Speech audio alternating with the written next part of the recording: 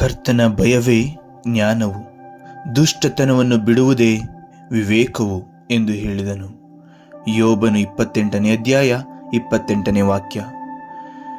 ಇಡೀ ನಗರದಲ್ಲಿ ಪ್ರಸಿದ್ಧರಾಗಿದ್ದ ಒಬ್ಬ ವಕೀಲರು ಒಳ್ಳೆಯ ಸಜ್ಜನ ವ್ಯಕ್ತಿಯಾಗಿದ್ದು ನಗರದಲ್ಲಿ ಹೆಚ್ಚು ಪರಿಚಯಸ್ಥರಾಗಿದ್ದರು ಮತ್ತು ಮನೆಯಲ್ಲೂ ಉತ್ತಮ ತಂದೆಯಾಗಿ ಶಿಸ್ತಿನಿಂದ ತನ್ನ ಮಗನನ್ನು ಬೆಳೆಸಿದ್ದರು.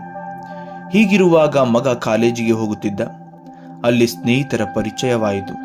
ಆ ಸ್ನೇಹಿತರು ಪಾಠವನ್ನು ಕೇಳದೆ ಸಿನಿಮಾ ನೋಡಲು, ಪಾರ್ಟಿಗಳನ್ನು ಮಾಡಲು ಮತ್ತು ಇನ್ನಿತರ ಕಾರ್ಯಗಳಲ್ಲಿ ತೊಡಗಿದ್ದರು.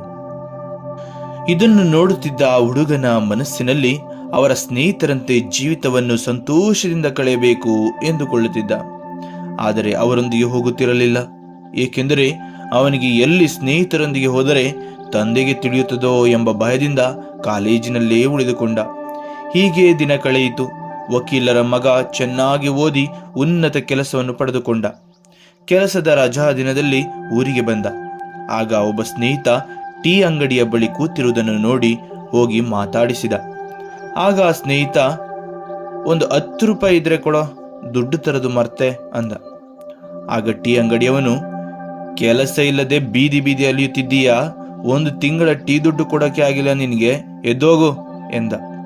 ಆಗ ಸ್ನೇಹಿತ ತಲೆ ಕೆಳಗಾಗಿ ಹುಡುಗನಿಗೆ ಹೇಳಿದ, ಗೆಳೆಯ, ನಾನು ಓದದೆ ಹೀಗೆ ಆದೆ, ಆದರೆ ನೀನು ಓದಿ ಒಳ್ಳೆ ಕೆಲಸ ತಗೊಂಡಿದೀಯಾ, ನನಗೆ ತುಂಬಾ ಖುಷಿಯಾಗುತ್ತೆ ಕಣೋ ಎಂದ.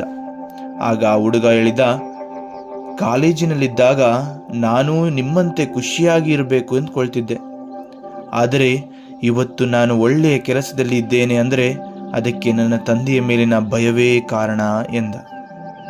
ನೆಲ್ಮೆಯ ಸಹೋದರ ಸಹೋದರಿಯರೇ, ನಾವು ಈ ಲೋಕದಲ್ಲಿ ದೇವರು ಎಲ್ಲ ಕಡೆಯಲ್ಲೂ ಇದ್ದಾನೆ ಎಂಬುದನ್ನು ಅರಿತಿದ್ದರೂ ಚರ್ಚ್ಗಳಲ್ಲಿ, ದೇವಸ್ಥಾನಗಳಲ್ಲಿ, ಮಸೀದಿ, ದರ್ಗಗಳಲ್ಲಿ ಮಾತ್ರ ಭಯಭಕ್ತಿಯಿಂದ ನಡೆದುಕೊಳ್ಳುತ್ತೇವೆ.